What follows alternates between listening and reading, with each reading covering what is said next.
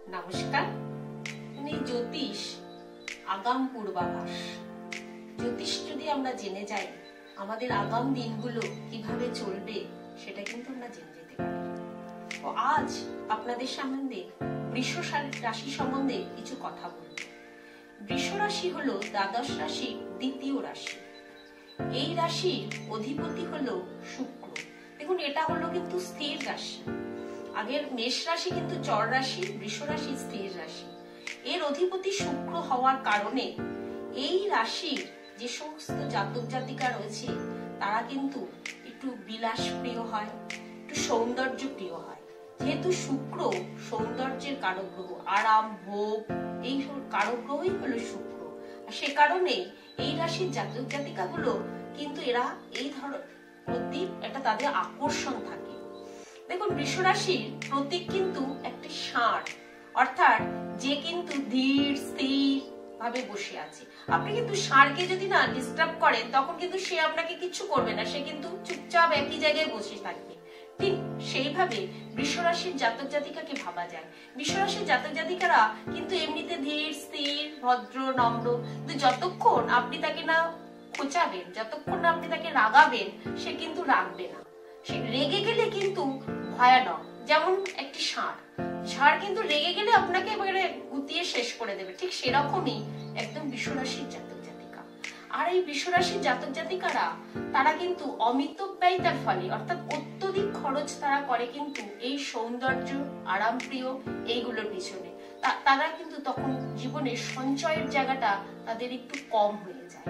যদি আপনারা যে সমস্ত জাতক জাতিকা বৃষ রাশি রয়েছে তারা যদি এই দিকটা একটু নজর রাখেন তাহলে কিন্তু তারা জীবনে অনেক আর্থিক সঞ্চয় করতে পারবেন।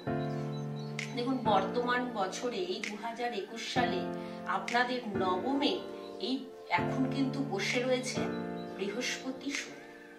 এই নবম স্থান থেকে আমরা ভাগ্য বিচার করি। তার কারণে নবমে যেহেতু শনি বৃহস্পতি বৃষ রাশির ক্ষেত্রে কিন্তু অষ্টমপতি, একাদশপতি। এই কারণে কিছুটা ভাগ্যের জায়গাটা, কর্মের জায়গাটা, যে কোনো ক্ষেত্রটা একটু বিলম্বিত হবে কিন্তু, যেহেতু দুটো গ্রহ এখানে। তবে এটা পুরো 21 সালটা কিন্তু এরকম যাবে না, কারণ বছরের মাঝখানে গিয়ে গ্রহরা তার স্থান পরিবর্তন করবে। আর কি বৃষ রাশির জাতক জাতিকাদের মধ্যে আমরা দেখতে পাই মানে এরা খুব শিল্পী হয়, শিল্পী মনের হয়। এদের মধ্যে গান বাজনা, যে কোনো রকমের বাদ্যযন্ত্র, নাচ, আঁকা, সুরকার এরা কিন্তু হতে পারে। এবং এই ধরনের প্রফেশনকে এরা বেছে নেয়, তাহলে কিন্তু এরা জীবনে অনেক উন্নতিও করতে পারে। আর বৃষ রাশির মানুষরা যদি তাদের ছকে শুক্র ভালোভাবে থাকে তাহলে কিন্তু তারা যে কোনো ধরনের শৌখিন দ্রব্যের ব্যবসা, যে কোনো ধরনের ইলেকট্রনিক্স জিনিসের ব্যবসা তারা কিন্তু করতে পারে, জামা কাপড়ের ব্যবসা কিন্তু করতে পারে। এই শুক্র আমরা জানি মীন রাশিতে গিয়ে তুঙ্গস্থ হয় আর কন্যা রাশিতে নিচস্থ হয়। তো আপনিও দেখে নিন আপনার ছকে শুক্র কোন ঘরে আছে।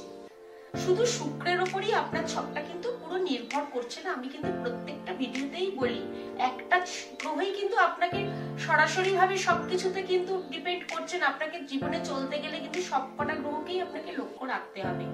তো দেখুন আপনার ছকে শুক্র কিভাবে আছে। সেই শুক্রের উপর আপনার জীবনে, যেহেতু আপনার রাশি অধিপতি শুক্র, সে কারণে শুক্রর ভূমিকাটাও আপনার জীবনে অনেকটাই গুরুত্বপূর্ণ। নমস্কার, আজকে এখানেই শেষ করি। প্রত্যেকটা ভিডিও আপনারা দেখুন, আপনারা সাবস্ক্রাইব করুন নিত্রা শাস্ত্রী ইউটিউবে। আমার এই ভিডিওগুলো কেমন লাগছে আপনারা অবশ্যই জানাবেন কমেন্টে গিয়ে। যদি ভালো না লাগে সেটুকুও জানাবেন। নতুন কিছু জানতে যদি আপনারা চান সেটুকুও আমাকে লিখুন, অবশ্যই আপনাদের সঙ্গে আমি শেয়ার করব। ভালো থাকবেন, সুস্থ থাকবেন।